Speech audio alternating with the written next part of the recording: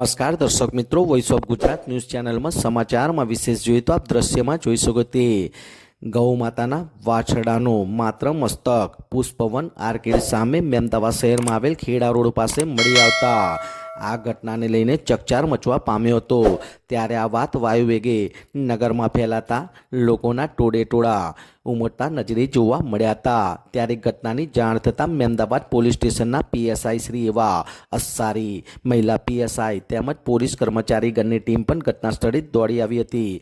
આ ગાય માતાના વાછરડાનું મસ્તક ક્યાંથી આવ્યું તેમજ અન્ય અવશેષો પણ બાજુમાં આવેલ ખેડા રોડ પાસે ખુલ્લી જગ્યામાં દ્રશ્યમાં જોઈ શકો તેમ નજરે જોવા મળ્યા હતા। ત્યારે આ ગાય માતાના વાછરડાનું મસ્તક ક્યાંથી આવ્યું, અન્ય અવશેષો પણ નજરે આવતા લોકોમાં કુતૂહલ પણ જોવા મળ્યું હતું। ત્યારે આ ઘટનાને લઈને પોલીસ ટીમ દ્વારા પંચનામું કરીને એફએસએલ તેમજ અન્ય તપાસ તેમજ કામગીરી અને કાર્યવાહી હાથ ધરવામાં આવી હતી। ત્યારે વિશ્વ હિન્દુ પરિષદમાં સેવા આપનાર એવા હરીશભાઈ પટેલ દ્વારા મીડિયાના માધ્યમથી રજૂઆત કરવામાં આવી હતી કે ભૂતકાળમાં પણ ગૌ હત્યાની ઘટના ઘટે છે, ત્યારે આવનાર સમયમાં ફરી આવી ઘટના ન ઘટે અને જ્યારે હિન્દુ ધર્મમાં પવિત્ર કહેવાતા એવા પર્વ ગોપાષ્ટમીનો પર્વ હોય તેના આગલા દિવસે જ આ ઘટના ઘટતા કહેવાય છે કે કૃષ્ણ ભગવાન એ દિવસે ગાયો ચરાવતા હતા, જેને લઈને પવિત્ર પર્વના આગલા દિવસે આ ઘટના ઘટતા ચકચાર મચવા પામી હતી અને પોલીસ દ્વારા પણ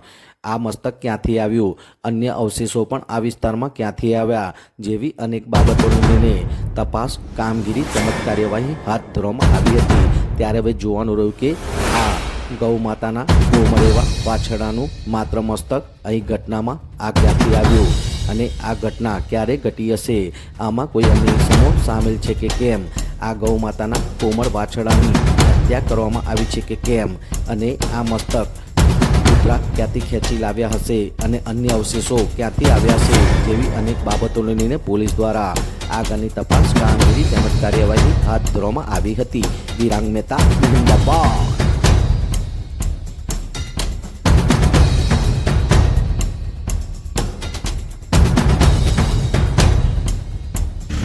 શું નામ છે, શું પરિચય છે તમારો? હરેશભાઈ પટેલ, વિશ્વ હિન્દુ પરિષદ નડિયાદ જિલ્લા મંત્રી।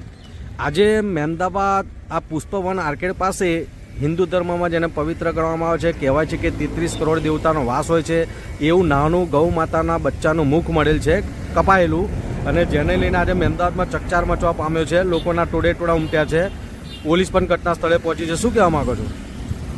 પહેલું તો જ્યારે આ જાણ થઈ એટલે નગરના યુવાનોને થોડીક ગંભીરતા લીધી અને એકબીજાને ફોન કરીને પછી વાતચીત કરી એટલે બધા ભેગા થયા। જોયું અમે અહીંયા સ્થિતિ ઉપર આવીને એક રોડ છે ખેડા મહેમદાવાદ રોડ, ત્યાં અવારનવાર જે જગ્યા ઉપર કચરો પણ નાખવામાં આવે છે ત્યાં એક બંધ કોથળાની અંદર આ ગાયનું હત્યા કરી અને લગભગ અહીંયા જેના અવશેષો છે નાખેલા હતા અને પછી કૂતરાઓએ અહીંથી ખેંચી અને કંઈક રોડ ઉપર નાખ્યું એટલે યુવાનને ધ્યાનમાં આવતા આ ઘટનાની ખબર પડી। ખરેખર આવતીકાલે ગોપાષ્ટમીનો કાર્યક્રમ છે, 30મી તારીખે ગૌ પૂજનનો કાર્યક્રમ છે। હિન્દુ સનાતન ધર્મનો એક મુખ્ય જેને તહેવાર કહેવાય, ભગવાન કૃષ્ણએ એ દિવસે પહેલી વખત ગૌચારણ કર્યું હતું અને ત્યારથી વર્ષોથી આ ઉજવાય છે। આવતીકાલે આ તહેવાર છે અને આજે એક આ ગૌનું જે મસ્તક મળી આવ્યું તો અમને થોડીક ચિંતા થઈ, પોલીસ પ્રશાસનને જાણ કરી, પોલીસ પણ અહીંયા ટીમ સાથે અહીંયા ઘટના સ્થળ ઉપર આવી છે, ચેક કરે છે કે આની પાછળ તથ્ય શું છે। ખરેખર અહીંયા પણ જે આજુબાજુમાં જે બિલ્ડિંગ છે તેના સીસીટીવી કેમેરા પણ છે, ફૂટેજ પણ છે, એ કીધું છે કે આની પાછળ ચોકસાઈ કરી અને ઘટના જે બની છે એ ખરેખર કોના દ્વારા થઈ છે। અજ્ઞાત લોકો અહીંયા કચરો નાખતા હોય છે તો કોઈના કોઈ આ પ્રકારના જે લોકો હોય છે એના દ્વારા પણ એ ગૌનું કતલ કરી અને એનું જે કહેવાય છે કે ગોરખ ધંધો ચાલતો આવે છે ગૌ માંસનો, આવા પણ તત્વો જે તે જગ્યા ઉપર કતલ કરી અને આવી જાહેર જગ્યા ઉપર નાખી દેતા હોય છે।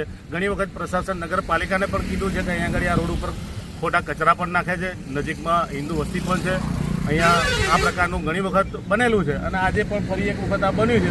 એટલે પ્રશાસનને અમે કહીએ છીએ કે આની પાછળ સંપૂર્ણ તપાસ કરે અને આવા જે તત્વો જે છે એની પર કાર્યવાહી કરે અને નગરપાલિકાને પણ કહીએ છીએ કે આ જગ્યાએ જે ડમ્પિંગ સાઇટ જેવું બનાવી દીધું છે આ રોડ ઉપર, તો આ પણ ત્યાં બંધ કરાવે।